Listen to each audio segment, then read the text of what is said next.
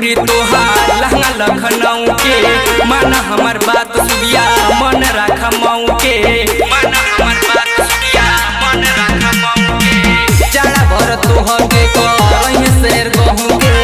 तोहार गदर आइल जोबन आराम मिली तोहू के। तोहरिया महिला में दर्शन देखावल कराहो कबो मऊ घूमे मंडे के। आवल कराहो कबो गोसी घूमे संडे के। आवल कराहो कबो मऊ घूमे मंडे के। आवल करा गाँव में सोरे कर होला बड़िया। बिहार यूपी घूम के खोज ले यार। मऊ जैसन मिली है न कतही भतार। आजमगढ़ देवरिया भले जाई बार बार यार। पकड़ के रगड़ बोल हवे के डर। छोड़ दे लड़के आज सुगिया हमार घोसी घर। कबो मऊ घूमे मंडे के।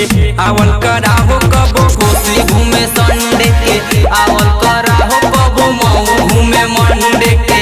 आवल करा कबो मऊ घूमे मंडे के। मंडे के आवल कराहो कबो।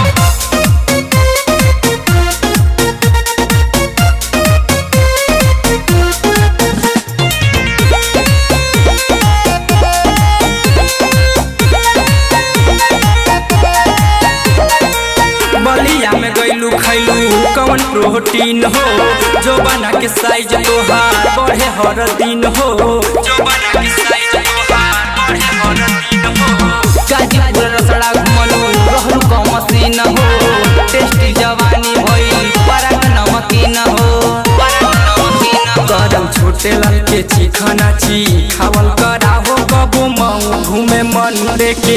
आवल कराहो कबो घोसी घूमे संडे के। आवल कराहो कबो